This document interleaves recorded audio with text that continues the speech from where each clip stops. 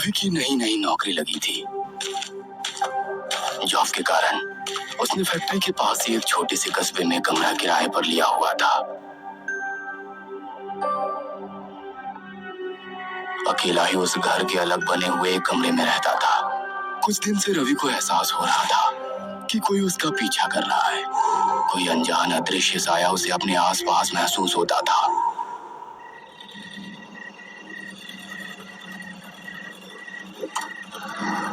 कभी लगता था जैसे रास्ते में कोई नहर से उसकी मोटरसाइकिल के पीछे बैठा और मंदिर के कुछ पहले उतर गया हो। मंदिर उसके कमरे के थोड़ा ही पहले सड़क के उस पार है, जहाँ एक बड़ा पीपल का पेड़ था। रवि को कई बार मनमोहक गंध भी लगती, जो उसे अपनी तरफ आकर्षित करती थी। चांदनी रात थी, होली के आसपास का समय। सुहाने मौसम में रवि शाम को घूमने निकला तो चलता ही गया और चलते चलते जंगल में बहुत दूर निकल गया।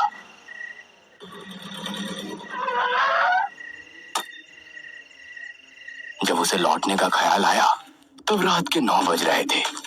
वह कमरे की तरफ लौट ही रहा था, पर ना जाने क्यों उसके कदम नहर की ओर मुड़ गए।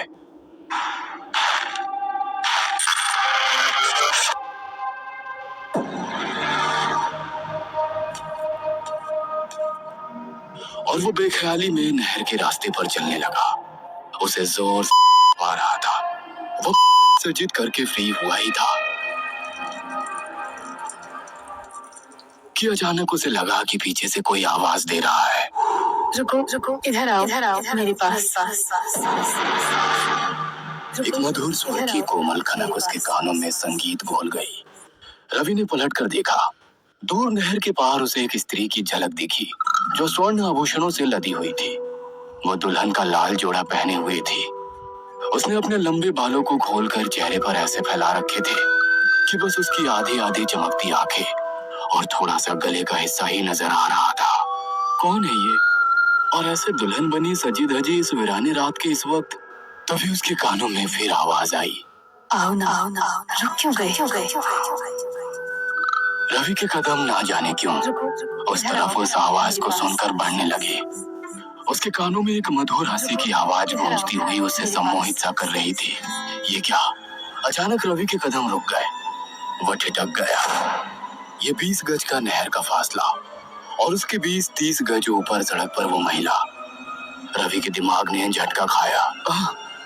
छलावा, भ्रम, धोखा, क्या है ये? रवि का दिमाग घूम गया और वो तेजी से वहां से लौट पड़ा। उसने लगभग दौड़ ही लगा दी, लेकिन उसे वो साया लगातार पीछा करता हुआ महसूस होता रहा। इधर आओ मेरे पास। इधर आओ मेरे पास। उसने भागते भागते किसी तरह मंदिर पार किया और पीपल को हाथ जोड़े। उसके बाद रवि अपने कमरे में लेटा हुआ रात भर उसके विषय में ही सोचता रहा। नींद ने जैसे उसकी आंखों में आने को मना कर दिया था। उस बात को कुछ दिन बीत गए। अब रवि लगभग उसे भूल चुका था। उसे लगा कि उस रात वो उसका एक डरावना सपना था। रात के कोई 12 बजे का समय था। तभी उसे लगा कि उसके सामने कोई खड़ा है। रवि ने झटके से आंखें खोल दी। लैंप की मध्यम होती रोशनी में उसने देखा कि वही नहर वाली औरत। नहीं, ये कैसे हो सकता है? रवि ने अपनी आंखें 2-3 बार कसकर बंद की। आंखें मसलकर उसने उसे बार बार देखा। अरे, ये तो सच में है। वो औरत सामने खड़ी मुस्कुरा रही थी। रवि को हाथ प्रभ होते और आंखें मलते देखकर वो हंसती हुई बोली,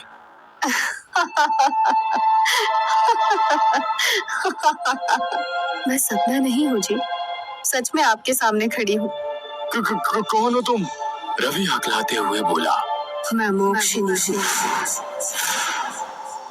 उसकी खनकती आवाज गूंजी, जिसमें हंसी की मधुर खनक घुली हुई थी। लेकिन मैं तो आपको नहीं जानता। खूब जानते हो, पिछले कई महीनों से जानते हो। अक्सर साथ ही तो होते हैं। हम दोनों। लेकिन उस दिन शाम को मेरे बुलाने पर भी आप 2 कदम बढ़ाकर मुझे छोड़कर भाग गए। नहीं तो मुझे तो याद नहीं। रवि कुछ याद करके घबराते हुए बोला। अच्छा जी, कितनी आवाज दी मैंने, कितना रोकने की कोशिश की आपको, लेकिन आप तो ऐसे हवा होकर भागे जैसे मैं आपको खा जाती। मैं तो आपके पीछे भी दौड़ी थी, लेकिन पीपल के देवता से डर कर लौट गई। मुझे उनसे बहुत डर लगता है। उसने उदास होते हुए बताया। रवि चुपचाप उसकी बात सुन रहा था। लेकिन तुम हो कौन? बताया तो, मोक्षनी नाम है हमारा। लेकिन कौन मोक्षिनी? मैं तो नहीं जानता तुम्हें। मैं आपसे प्रेम करती हूँ। एक बार आपको नहर में नहाते हुए देखा था, उसी पल से मुझे आपसे प्रेम हो गया। मैं तभी से आपके साथ रहने लगी। कितनी बार आपको अपने आसपास होने का संकेत भी दिया। आपकी साइकिल पर बैठकर कितनी बार घूमी, लेकिन आपने कभी ध्यान ही नहीं दिया मुझ पर। मैंने तो बहुत बार कोशिश की आपके साथ आपके घर आने की, आपको स्पष्ट दिखने की, लेकिन हर बार पीपल के देवता रास्ता रोक देते थे।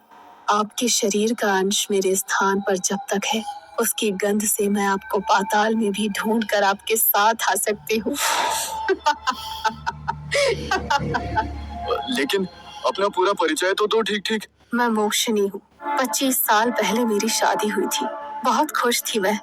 शादी के बाद रात में मैं अपने पति के साथ ससुराल जा रही थी गाड़ी में। इसी नहर के पास बदमाशों ने हमें घेर कर लूट लिया और मुझे, मेरे पति को इसी नहर में फेंक गए। तभी से मैं यहाँ भटक रही हूँ। लेकिन जब से तुम्हें देखा, मुझे ऐसा लगा कि हमारा कोई जन्मों जन्म का नाता है। मैं तुम्हें चाहने लगी हूँ। मुझे तुमसे प्यार हो गया है। भूत? मनुष्य को क्या भूत से प्यार होता है? क्यों नहीं हो सकता? हम अतृप्त मर गए और मुक्ति भी नहीं मिली, फिर क्यों नहीं कर सकते हम प्यार? और फिर हम केवल आपको ही दिखाई और सुनाई देते हैं। जरूर हमारा आपसे कोई पूर्व जन्म। मोक्षिनी बिस्तर पर रवि के साथ बैठ गई। रवि की नाक में एक अजब मनमोहक सी खुशबू आने लगी।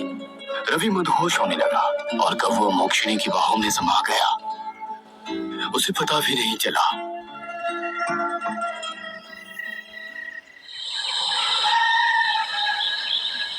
सुबह जब वो उठा तो अकेला था, लेकिन उसका पूरा बदन टूट रहा था।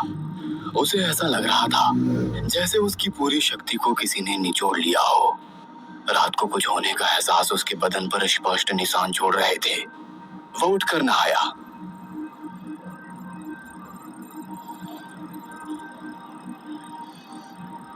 पूजा करने मंदिर गया और बैठकर रात के विषय में सोचने लगा।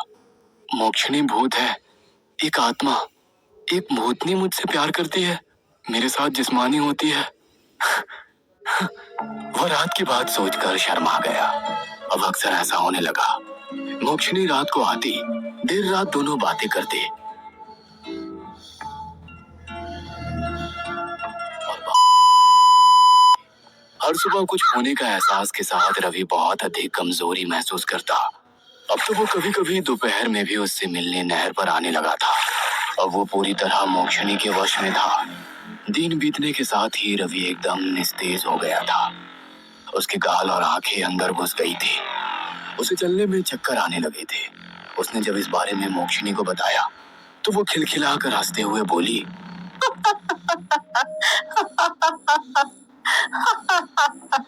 आप धीरे धीरे मेरे हो रहे हो, मेरे। और रहस्यमय तरीके से मुस्कुराने लगी। रवि ने कई डॉक्टरों को दिखाया, बहुत सी जांच कराई, लेकिन सब कुछ सामान्य था। किसी को भी उसकी बीमारी समझ नहीं आ रही थी। इधर रवि की हालत दिन ब दिन बिगड़ती ही जा रही थी। किसी को कुछ समझ में नहीं आ रहा था कि क्या हो रहा था। उधर मोक्षिनी रोज रात को रवि के पास आती, अपनी खुशबू से उसे मदहोश करती, प्रेम भरी बातें करती और उससे अब वो उस रोज से कहती, अब हम जल्दी ही हमेशा के लिए एक हो जाएंगे। और एक मुस्कान किसी रहस्य की तरह उसके चेहरे पर फैल जाती। उसकी आंखें चमकने लगती। भी मेरी बीमारी का कारण मोक्षिनी तो नहीं? कहीं वो मुझे मार तो नहीं रही? रवि सोच रहा था और कुछ सोच करके वो मंदिर में पंडित जी के पास चला गया। उसने उन्हें शुरू से अब तक की सारी बातें बताई। मोक्षिणी एक अतृप्त आत्मा की तरह होती है, मगर ये आत्मा नहीं होती, वो डायन होती है, जो दूसरे लोग की वासी होती है। मगर कभी कभी हमारी दुनिया के दरवाजे और उनकी दुनिया के दरवाजे खुल जाते हैं। इंसान और उसका ही हो सकता, भला एक चुड़ैल का किसी मनुष्य के साथ कैसे हो सकता है? उसने तुमसे झूठ बोला। 25 साल पहले उसके पति और उसे मारकर नहर में फेंक दिया था। नहर में जरूर फेंका था, पर बदमाशों ने नहीं, खुद उस मोक्षिणी ने फेंका था। वो भी इसके लिए जंगल में फंस गया था और बेमौत मारा गया। ये ज्यादातर नहर में ही रहती हैं। यदि कोई इनके स्थान पर त्याग दे तो ये उसके पीछे पड़ जाती है। लेकिन तुमने एक बार नहर में किया था ना, और ये तुम की गंध के सहारे वो मंदिर पीपल सब पार कर गई, और बनाने के बाद तो उसकी शक्ति और बढ़ गई। हर बार बनाने के बाद वो तुम्हारी शक्ति खींच रही है। तुमने देर कर दी रवि, तुम्हें पहले ही मेरे पास आना चाहिए था। पंडित जी ने कहा, क्या रवि मोक्षिणी के जंगल से निकल पाएगा या मोक्षिणी अपने मकसद में कामयाब हो जाएगी? ये जानने के लिए आगे का अंतिम भाग जरूर देखें।